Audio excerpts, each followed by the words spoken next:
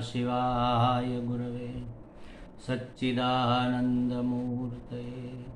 निष्प्रपञ्चाय शान्ताय निरालम्बाय तेजसे। हरिओम प्रभु जी। आज के इस प्रश्न परिषद में आप सबका स्वागत है। आज का प्रश्न दिल्ली से सूर्यवंशी जी का है। उन्होंने पूछा है, अंतःकरण शुद्ध रखने के लिए किन किन बातों का ध्यान रखना चाहिए। अंतःकरण शुद्ध करने के लिए रखने के लिए किन किन बातों का ध्यान रखना चाहिए। तो दोनों चीज़ें हमें पहले तो करनी पड़ेगी। अंतःकरण शुद्ध रखने के लिए जब आपने पूछा है तो इसका मतलब ये है कि अभी आपका अंतःकरण शुद्ध है और वह बिगड़े नहीं, इसलिए क्या करना है। तो महाराज ऐसा तो होता नहीं है। अंतःकरण पहले शुद्ध करना पड़ता है और फिर शुद्ध रखना पड़ता है। दोनों बातें हमें करनी पड़ेगी। तो दोनों थोड़े थोड़े में समझ लेते हैं। अंतःकरण शुद्ध रखना माने क्या, अंतःकरण शुद्ध करना माने क्या।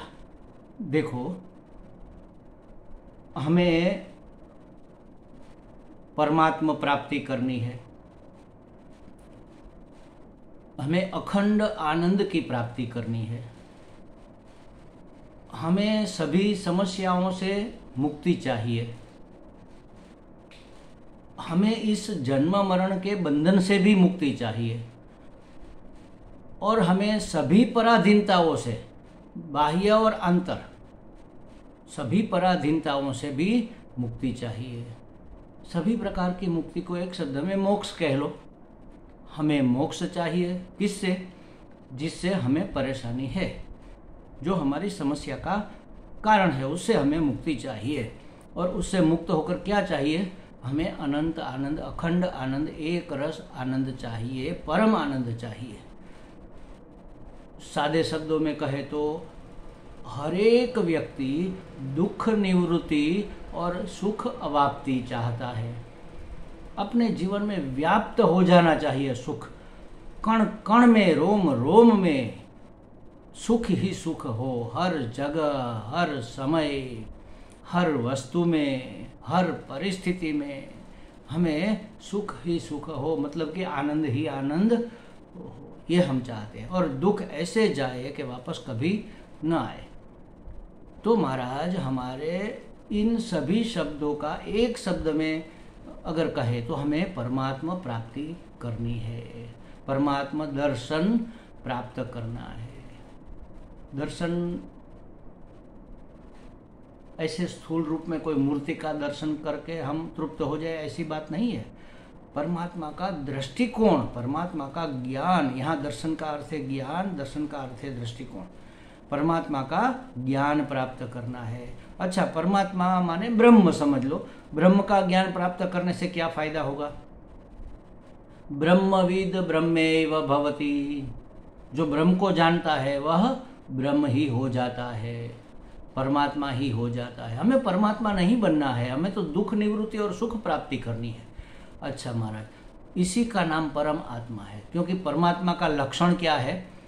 सत चित आनंद स्वरूप है परमात्मा। सत माने पहले भी थे, आज भी है, कल भी रहेंगे, अविनाशी, अव्यय, और अनंत है जिसका कोई लिमिट नहीं, लिमिटलेस, अनंत भी है। अनंत माने आनंद, सत स्वरूप है, आनंद स्वरूप है, चित्त स्वरूप है। चित्त माने, चित्त स्वरूप माने बोध स्वरूप, ज्ञान स्वरूप है। तो इन तीन शब्दों में हमारी सभी समस्याओं का समाधान है। इन तीन में से तीनों नहीं हमारे पास है, या तो कम ज़्यादा है, या तो एक है दो नहीं है, दो है एक नहीं है, तो भी हमारी समस्या खड़ी रहेगी। हमें सत स्वरूप होने का ज्ञान नहीं होने के कारण हम अपने आप को मर्त्य मानते हैं। तो मर्त्य मानते हैं तो इसलिए हम मरना नहीं चाहते, हमें डर लगता है, हमें भय है। तो अभय में हमें प्रतिष्ठित होना है। हमें लगता है कोई हमें ठग लेगा, कोई हमें हमारी छेतरपिंडी कर लेगा। तो ज्ञान स्वरूप होने से पता चलेगा कि हम क्या है और कैसे हम ठगे नहीं जा सकते। और अखंड आनंद स्वरूप होने से हमें पता चलेगा कि दुख नाम की कोई चीज हमारे जीवन में नहीं है। सत का एक अर्थ होता है स्वतंत्र भी चित्त का, मतलब हम पराधीन नहीं है, हम स्वाधीन है, ये ज्ञान होने के बाद। तो ऐसे परम तत्व की, परमात्मा की, ब्रह्म की प्राप्ति माने ब्रह्म ही हो जाना, अगर ऐसा हम हो ही गए, कैसे होंगे? ब्रह्मविद आपनोति परम, ब्रह्म को जानने वाला ब्रह्म हो जाता है। यह जानने की, आप ब्रह्म हो, आप परमात्मा हो, लेकिन हम जानते नहीं है और इसलिए सब परेशानी है। तो क्या करना होगा? तो इसलिए हमें अपने अंतःकरण को शुद्ध करना होगा। अगर अंतःकरण शुद्ध हो गया तो हमें पता चल जाएगा कि हम ब्रह्म है, हमें अनुभूति होगी, हमें साक्षात्कार होगा, अपरोक्ष अनुभव होगा। किस चीज़ का? कि हम मर्त्य नहीं है, हम बुद्धो अज्ञानी नहीं है, बेवकूफ़ नहीं है, और हम दुखी भी नहीं है। न तो हम करता है, न तो हम भोगता है, न तो हम प्रमाता है, हम तो अखंड सच्चिदानंद स्वरूप आत्मा कह लो, परमात्मा कह लो, ब्रह्म कह लो है। तो अंतःकरण में 3 चीज़ें हमें अपने लिए करनी है। एक तो मल जो हमारे हृदय में है, मल माने ये जो आपने शुद्धि कहा, जो मैल है, राग द्वेष काम क्रोध लोभ मोह मद मात्सर्य दंभ, ये सब हमारे मैल है। अहमता ममता कामना, ये सब हमारे मैल है, उसको दूर करना होगा। मल विक्षेप, अंदर चंचलता बहुत है, मन 1 मिनट भी स्थिर नहीं रहता। मन माने अंतःकरण ही कह लो, अंतःकरण को एक शब्द में मन भी कहते हैं, या कभी कभी 2 शब्दों में मन बुद्धि भी कहते हैं। तो ये हमारे ठिकाने पर नहीं रहते, भागते रहते हैं, चंचल रहते हैं, बहुत एक्टिव है, तो उसको थोड़ा स्थिर करना है। तो मल का निवारण, आवरण का निवारण, विक्षेप का निवारण, और एक आवरण पड़ा हुआ है अज्ञान का, और अज्ञान का निवारण होगा ज्ञान की प्राप्ति से। ये जो आप कर रहे हैं ये ज्ञान की प्राप्ति है, जानने से। वेद और वेदांत के अध्ययन अनुशीलन से हमें ज्ञान होगा कि अहम ब्रह्मास्मि, मैं ब्रह्म हूँ। अच्छा, जो हमारी साधना है ना, इन तीनों चीज़ों के लिए है और कुछ नहीं है। अंतःकरण को शुद्ध करने के लिए साधना है, अंतःकरण को स्थिर करने के लिए उपासना है, अंतःकरण को अंतःकरण में अभिव्यक्त होने के लिए, परमात्मा का अभिव्यक्त होने के लिए ज्ञान की साधना है। तीनों साधना ही है, उपासना भी साधना है, ज्ञान भी साधना है, और शुद्धिकरण भी साधना है। शुद्धिकरण होगा कर्म योग से, चांचल्य दूर होगा, मतलब कि अविचलता आएगी उपासना योग से, भक्ति योग कह लो, और आवरण का निवारण होगा ज्ञान योग से। ये तीनों करने पड़ेंगे, 3 में से कोई भी एक नहीं होगा तो भी आपको अखंड आनंद नहीं मिलेगा, आप परमात्मा हो ऐसा आप जान नहीं पाओगे। तो इसके लिए सबसे पहले तो मन के मैल को हटाना है, अंतःकरण में शुद्धि करनी है, और शुद्धि करने के बाद शुद्धि हो गई, समझ लो कोई महात्मा है उसकी शुद्धि हो गई, तो उसको टिकाए भी रखना है। जब तक ज्ञान नहीं हो जाता तब तक जितनी शुद्धि हुई है उसको टिकाए रखना है, और थोड़ी थोड़ी ज़्यादा करते जाना है। हम अपना घर डेली बुहारते हैं ना, साफ सफाई करते हैं, क्यों? क्योंकि पड़ा पड़ा मैला तो हो सकता है, पड़ा पड़ा साफ नहीं हो सकता। तो हमारे अंतःकरण में, इस संसार में जब तक हमारा ये शरीर टिका हुआ है तब तक कोई ना कोई मैल चढ़ता रहेगा, उसको हटाते रहना है विवेक से, विचार से। और ये शुद्धि भी होती है विवेक विचार से, लेकिन उसमें सहायक है क्रिया भी। कौन सी क्रिया? बहिर्शुद्धि। हमारा शरीर शुद्ध होना चाहिए, हम जहाँ रहते हैं वह जगह शुद्ध होनी चाहिए, हम जो खाते पीते हैं वह शुद्ध और पवित्र होना चाहिए। तो शुद्धि और पवित्रता पहले तो बाहर आएगी, बाहर शुद्धि होगी ना। देख लो आप, एक प्रयोग करके देख लो, आप कहीं बाहर ट्रैवलिंग में जा रहे हो, ट्रेन की ट्रैवल है और 2 दिन का रास्ता है, आपने जो कपड़े पहने हैं वहाँ जाकर आप उसको जब तक निकालोगे नहीं और स्नान करोगे नहीं तब तक आपको चैन नहीं मिलेगा। थकान तो शरीर की होती है, वो तो मिट भी जाएगी। समझ लो आपने चाय पी ली या कुछ ऐसा कर लिया तो थोड़ी फ्रेशनेस आ गई, लेकिन कपड़े गंदे जब तक है तब तक आपके मन में अंधेरा सा, मतलब निराशा सी रहेगी, बुझा बुझा सा मन रहेगा, उत्साह नहीं रहेगा। शरीर में जब तक मैल चढ़ा हुआ है तब तक मन बुझा बुझा सा रहेगा, मन में कोई चेतना अभिव्यक्त नहीं हो, कुछ करने का उत्साह नहीं रहेगा। तो पहले तो बहिर्शुद्धि करनी है और रखनी है हमें, सिर्फ शरीर और कपड़ों की नहीं, जहाँ रहते हैं उस जगह की शुद्धि ही नहीं, पवित्रता भी करनी है। शुद्ध तो बहुत चीज़ें होती है लेकिन पवित्र नहीं होती। जैसे समझ लो ये शुद्ध दारू है, इसमें सोडा या पानी नहीं मिलाया हुआ है, तो ये पवित्र थोड़ा ही हो गया। शुद्ध और पवित्र दोनों चाहिए हमें। और हमारा घर भी पवित्र और शुद्ध होना चाहिए, हमारा भोजन खान पान दोनों, पीना और खाना सब शुद्ध होना चाहिए। और हमारा व्यवहार भी शुद्ध होना चाहिए। जिन जिन लोगों से हम मिले करें उनसे हम अच्छी अच्छी बातों को ही ले, बुरी बातों की उपेक्षा कर दे। ऐसे लोगों का हो सके तो संपर्क ही छोड़ दे। पहले बहिर्शुद्धि ये हो गई, अब आएगी अंतःकरण की शुद्धि। और उसको शुद्ध करने के लिए जो करना है, शुद्ध रखने के लिए वही करना है बस। तो एक ही बातें हैं, इसलिए एक ही बात को जान लेते हैं। सबसे गहरा मेल राग द्वेष का है, अहमता ममता कामना, इसके बाद राग द्वेष, और इसके बाद आएंगे काम क्रोध लोभ मोह मद मात्सर्य इत्यादि। तो राग द्वेष को निवृत्त करने के लिए, राग द्वेष क्या है? हमारा मन जब भी किसी को देखता है, किसी व्यक्ति को, किसी वस्तु को, किसी पदार्थ को, किसी परिस्थिति को, तो उसके ऊपर एक सिक्का लगाता है, ऐसे ठप्पा लगाता है कि अच्छा है, ठीक है, चाहिए, अच्छा है, ठीक नहीं है, अच्छा नहीं है, ठीक नहीं है, नहीं चाहिए, ऐसा होना चाहिए, ऐसा नहीं होना चाहिए, ये बिल्कुल ठीक है, ये बिल्कुल गलत है। ये जो, इसका मतलब ये नहीं है कि हमें पता ही ना चले कि ठीक है कि नहीं ठीक है, लेकिन हमें उसके लिए कोई मन में प्रीति नहीं जगानी है। अगर अच्छा है तो उसके लिए हमारे मन में प्रीति जाग जाएगी, राग जगेगा, तो राग नहीं जगाना है। बुरा है या तो बुरा करने वाला है हमारा, तो भी हमें उसके प्रति द्वेष रहेगा और उसको हम दूर रखने का प्रयत्न करेंगे।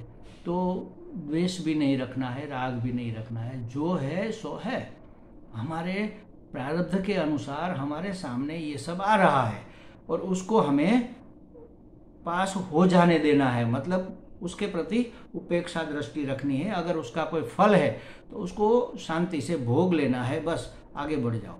तो ये है राग द्वेष की निवृत्ति। सबसे पहले राग द्वेष की निवृत्ति करनी पड़ेगी और फिर कामना की निवृत्ति, अपेक्षा की निवृत्ति। कामना माने कुछ करने की, कुछ प्राप्त करने की, कुछ होने की, कहीं जाने की, कुछ बनने की इच्छा। हमें कुछ नहीं बनना है, हमें कहीं नहीं जाना है, हमें कहीं नहीं पहुंचना है। जहाँ है, जैसे है, वैसे के वैसे हम अखंड आनंद स्वरूप है महाराज। लेकिन ये जो अंदर रजस तत्व का खदबदाहट होता है पहुंचने का, करने का, इसको जरा शांत करना पड़ेगा। कामना को जरा शांत करनी पड़ेगी, कामना से निवृत्त होना पड़ेगा। और कामना नहीं रहेगी तो अपेक्षा भी नहीं रहेगी, अपेक्षा छोड़नी होगी। सभी से आकांक्षा हम रखते हैं, किसी न किसी बात की, किसी वस्तु से, किसी व्यक्ति से, किसी पदार्थ से।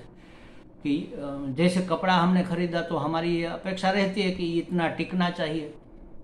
ठीक है, नहीं टिका तो हमें दुख होता है। अपेक्षा रखी थी तभी तो, दुख का कारण अपेक्षा मात्र है। किसी से, सगे से, संबंधी से, मित्र से, पुत्र से, पत्नी से कोई अपेक्षा नहीं। उसे ऐसा करना चाहिए, ऐसा होना चाहिए, कोई अपेक्षा। उसको जैसा है वैसा रहने की उसे हमें स्वतंत्रता देनी चाहिए। ये हमारे गुरुजी का कहना है। हर वस्तु को, हर व्यक्ति को, हर पदार्थ को जैसा है वैसा रहने की, उसको हम बदल नहीं सकते। हम अपना एटीट्यूड बदल सकते हैं उसके प्रति। इसको कहते हैं अपने आप को बदलना। उसके प्रति हमारी जो अपेक्षा है हम उसको छोड़ेंगे, अगर दुखी नहीं होना है। दुख की निवृत्ति करने से ही तो सुख का पता चलेगा। तो ये आकांक्षा, अपेक्षा छोड़नी है और अहमता छोड़नी है। ये मैं हूँ, यह मैंने किया, मतलब अहमता, कर्ता भोक्तापन हमारा अपना, इसको छोड़ना है। ये हमसे हो रहा है, हमसे हमारा प्रारब्ध, हमारे परमात्मा हमसे ये करवा रहे हैं। हम तो निमित्त मात्र बन रहे हैं। भगवान ने अर्जुन को कहा ना, युद्ध कर, तुम्हें पाप नहीं लगेगा। कैसे नहीं लगेगा महाराज? मैं इतनों को मार दूंगा तो पाप तो लगेगा, अशुभ कर्म तो हुआ। निमित्त मात्र भव सव्यसाची। हे सव्यसाची, तू निमित्त मात्र होकर अपना काम कर। भगवान तुमसे ये करवाना चाह रहे हैं, प्रारब्ध तुमसे ये करवाना चाह रहे हैं, तुम्हारे पास इससे मुक्त छूटने का, पलायन करने का कोई उपाय नहीं है, तो बिना किसी राग द्वेष के, बिना कर्ता भोक्ता हुए इसको कर, निमित्त मात्र बन सव्यसाची। हमें भी ऐसे अपने अहम को छोड़ना होगा। अहमता, ममता और कामना, ये तीन चीज़ें अगर हमारे जीवन से निकल जाए तो हम अत्यंत शुद्ध हो जाएंगे और परमात्मा ही परमात्मा हर जगह हमें दिखेगा। हम भी अपने आप को महसूस करेंगे कि मैं तो सच्चित आनंद स्वरूप, अखंड एक रस आनंद स्वरूप हूँ। दुख मुझे छू भी नहीं सकता, मृत्यु मुझे टच भी नहीं कर सकती, अज्ञान तो है ही नहीं, बोध स्वरूप में हूँ। अपने आप को शुद्ध करना माने अपने राग द्वेष की निवृत्ति करना और उसको निवृत्त ही रखना। हर दिन सुबह शाम 2 टाइम कम से कम आप आधा घंटा ध्यान करो। ध्यान क्या करना है कि आज के दिन हमने क्या क्या किया, कौन से राग, कौन से द्वेष पैदा किए, उसको जरा देख लो, बस देख लो, और कुछ नहीं करना है। क्या क्या हमने गलत किया देख लो, और किसके प्रति हमारा अट्रैक्शन हुआ, व्यक्ति, वस्तु, पदार्थ, देख भर लो। बस देखने से, जैसे समझो मकान मालिक जागता है ना, तो घर में आया हुआ चोर भागता है। मकान मालिक पहलवान नहीं है, बिल्कुल ऊंगी पुंगी है, फिर भी पहलवान चोर है, वो फिर भी भाग जाता है, क्योंकि वो जानता है मकान मालिक जाग गया।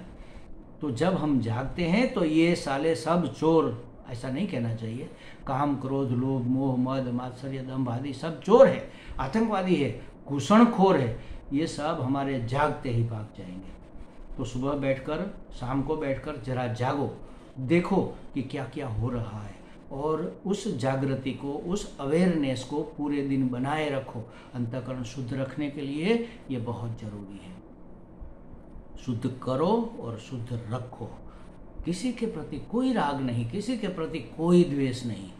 हम तो निमित्त मात्र, हम अपनी भूमिका अदा कर रहे हैं। ये वेश हमने लिया है हमारे कुछ कर्तव्य कर्मों को करने के लिए और मुक्त हो जाने के लिए। यह जान, हमारा मुख्य कर्तव्य ही यही है कि हम अखंड आनंद स्वरूप परमात्मा है, जिसमें कोई खंड नहीं है, जिसमें कोई वीरस्ता नहीं है। रस ही रस है, मधुर मधुर मधुर रस ही रस है हमारे व्यक्तित्व में। यह जानने के लिए और ऐसे ही बने रहने के, अगर हमने जान लिया कि हम ये देह नहीं है, इंद्रियां नहीं है, मन बुद्धि चित्त अहंकार अंतःकरण हम नहीं है, करने वाले हम नहीं है, भोगने वाले हम नहीं है, हम तो उसके साक्षी मात्र है, अखंड एक रस आनंद स्वरूप आत्म तत्व हम है। तो ऐसी स्थिति में मृत्यु आएगी तो जैसे हमारा ये शरीर विघटन हो जाता है ना, शरीर का, अग्नि अग्नि में मिल जाता है, मिट्टी मिट्टी में मिल जाती है, पानी पानी में मिल जाता है, मतलब भाप बनकर उड़ जाता है, पंच महाभूत में मिल जाते हैं। उसी तरह पंच महाभूत के सत्व गुण से बना हुआ अंतःकरण पंच महाभूत के सत्व गुण में मिल जाता है। पंचभूत के सूक्ष्म रजस गुण से बने हुए हमारी कर्मेंद्रियां और प्राण रजस गुण में मिल जाते हैं, और स्थूल तमस गुण से बना हुआ हमारा ये देह इत्यादि तो मिट्टी में मिल जाता है। तो कुछ रहा नहीं। हमारी मृत्यु के बाद हमारा सूक्ष्म शरीर बचा रहता है, वही फिर से जन्म लेता है। तो सूक्ष्म शरीर का विघटन हो गया, अपने अपने तत्वों में मिल गया। अब कौन जन्म लेगा? सूक्ष्म देह रहा ही नहीं ना, तो फिर कौन जन्म लेगा? जन्म मृत्यु के चक्कर से हम मुक्त हो जाएंगे, हम पराधीनता से अलिप्त रहेंगे, मुक्त रहेंगे। तो यही एकमात्र साधना, अंतःकरण शुद्ध करना और शुद्ध रखना। सभी साधनाएं इसी के लिए है और कुछ नहीं है। कहीं ना कहीं जाकर इसी को गेन करती है। कोई भी साधना हो, चाहे कर्म योग हो, चाहे ध्यान योग हो, चाहे उपासना योग हो, चाहे ज्ञान योग हो, जो भी योग है, क्रिया योग है, जो भी है, कोई भी साधना, आजकल जितनी भी साधना आप सुनते हो, सभी साधनाएं, सभी ध्यान, सभी क्रियाएं सिर्फ और सिर्फ अपने आप को शुद्ध और पवित्र करने के लिए है। हम शुद्ध और पवित्र हो जाएंगे तो हम जान जाएंगे कि अहम ब्रह्मास्मि, अरे मैं तो ब्रह्म हूँ, सच्चिदानंद अखंड एक रस आनंद स्वरूप परमात्मा हूँ।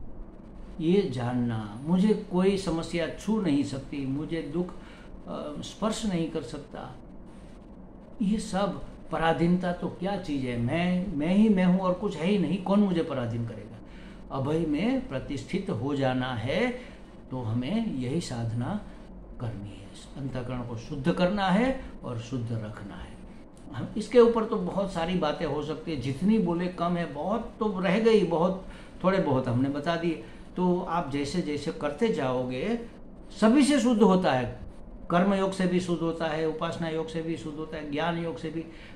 पहले मोटी मोटी शुद्धि होती है, फिर जैसे रेडियो में फाइन ट्यूनिंग करते हैं ना, पहले के ज़माने में करते थे, तो ज्ञान योग से फाइन ट्यूनिंग होता है और फिर सब बिल्कुल एकदम शुद्ध हो जाने के अनंतर अहम ब्रह्मास्मि का बोध हो जाता है। हमें लगता है सूर्यवंशी जी को कुछ स्पष्टता हो गई होगी।